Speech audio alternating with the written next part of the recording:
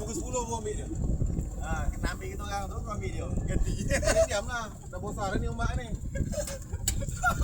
Kau betul-betul ni. Boleh tadi? Tak boleh bagi lah. Yang mana yang ambil kan? Tak kau. Kayu ni. Jom kita ke Pulau Asam.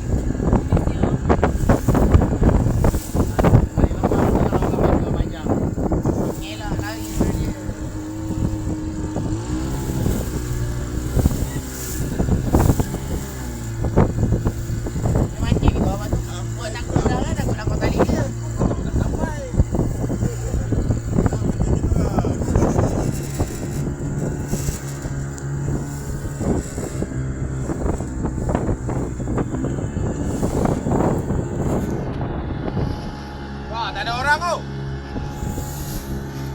Awak cakap tak ada orang, kau nak balik tu, ada orang tu. Balik. Lepas tu naik lagi 20 orang. Tak ada. Janji kita duduk depan. 20 orang ke 40 orang lagi tak apa. Janji aku duduk depan. Ada no. Oh ya. Mana ada lagi orang. Yang penting air kosong ada no. Ada kan? Air kosong, haus. Tekong haus.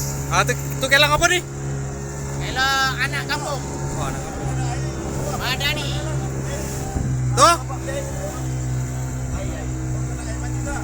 Ah? Kalau kau nak air mandi, buat kerja.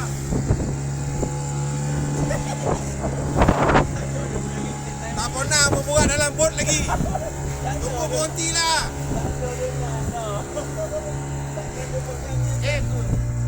Tadi Abang Long balon 3 masuk aja sempang depan tu. Jadi keke dah bagi mesej. Orang sempang kata udah. Boleh lah. Dia pun nak uji sekali. Pakai Cino.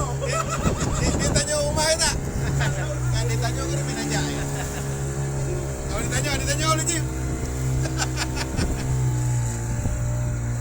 Tanya.